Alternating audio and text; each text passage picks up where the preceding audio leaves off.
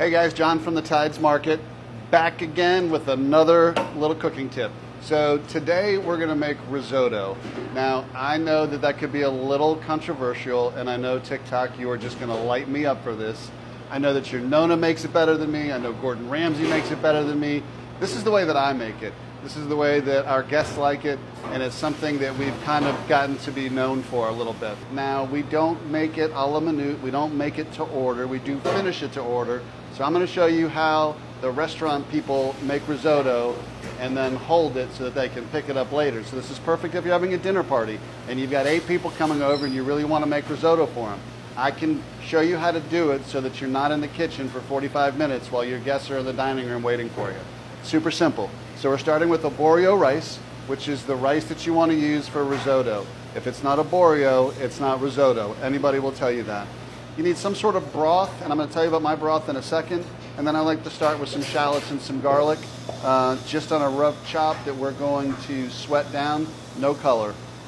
My broth, I wanted a vegetarian broth, but I didn't want to use vegetable stock. So what I use is 2 quarts of white wine, the Chardonnay that we've talked about in other videos, and then 4 quarts of water.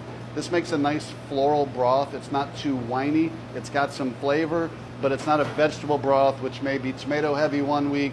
It may be onion heavy the next week, because at the end of the day, vegetable broth is just made from scraps in the kitchen. I didn't want to do that. Consistency, that's what I like. So here we go. You ready? Let's do this. All right, so I've got my spoon, my trusty spoon, my vegetables, and a little bit of oil. This is our high heat oil. We're just going to put a little bit down just so there's a little lubrication on the bottom of the pan. And we're going to go ahead and put all of our stuff in. I don't want a screaming hot pan. I'm just looking to sweat these vegetables down. I don't want any color at all. So we're just going to put those in there. I'm going to fish that out. And we're just going to let that sweat down for a minute.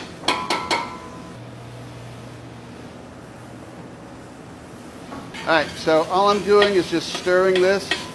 You can see it's just starting to bubble a little bit or getting some heat. So right now, even though the onion's not translucent, the garlic is still kind of raw. It's a little bit raw still.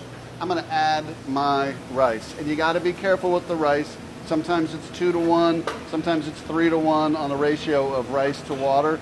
This is going to run right at 2 to 1. So I've got 3 quarts of rice that I'm putting in.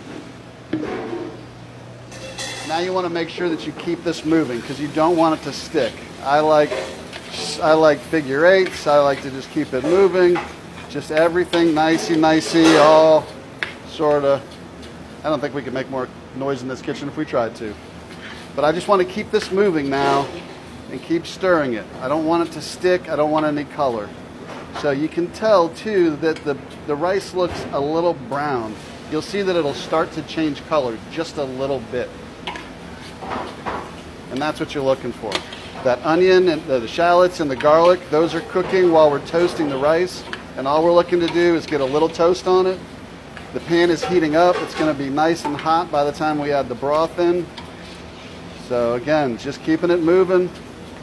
Figure 8s, circles, folding it. Just keep it moving. So now it's been in the pan for maybe a minute, and you can start to see that some of the kernels of rice are starting to change color. They're getting a little bit lighter. They're whiter. That's where you're getting a little toasty going on. So just keep it moving, and that's exactly what you're looking for. All right, so my rice is starting to get nice and toasted, just like your Nona likes. So I can kind of feel that the rice is almost starting to get away from me a little bit. So I'm going to start to add a little bit of liquid. How much liquid? I don't use a ladle. I don't use anything. I take my bucket of broth and I put that much in. I'm just putting a little bit in. I want it to come to a boil. And just keep it moving. Keep it moving. That's all we're doing.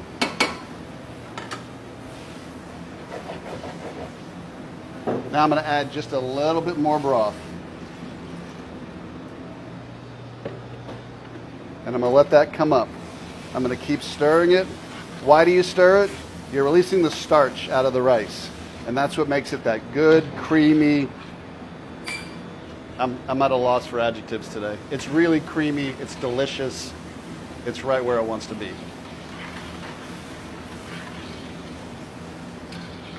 All right, so you could be tempted to walk away and say, well, I'm just gonna go over here and wash a dish or two, or I'm gonna go get another glass of wine, or whatever it may be. Don't do it, don't walk away. Stay close, because as soon as you turn your back, it's gonna come to a boil and you're gonna burn it and have to start over. All right, we're boiling. So you can already see it's getting to be a little starchy in there. That's what we're looking for. All right. Let that cook just for another minute. Let that broth evaporate out, absorb into the rice. Now, I'm going to add a little more broth. How much more broth? About that much. And we're going to stir it in. Don't walk away. You should have your wine like right here so that you can drink your wine and make your risotto all at the same time. All right, so you can see I've added liquid twice already and it's already absorbing. It's out, so I'm doing my figure eight and there's no liquid there. It's just the rice keeps coming back, right? So I'm gonna add a little more broth. How do you know when to add more broth? That's how you know. When you can do that and you've got dry at the bottom of your pan. Just a little bit at a time. Just a little bit at a time. All right, so it's just boiling away. We're stirring. We got that figure eight working. We're getting it out of the corner of the pan. Figure eight again. All right, and see how when you do that figure eight, it fills back in with rice and liquid. It's not time for more liquid yet. But keep it going. This is high heat the whole way. We're not slowing down. We don't put it on medium high. We don't do any of that stuff. Grip it and rip it. Let it go.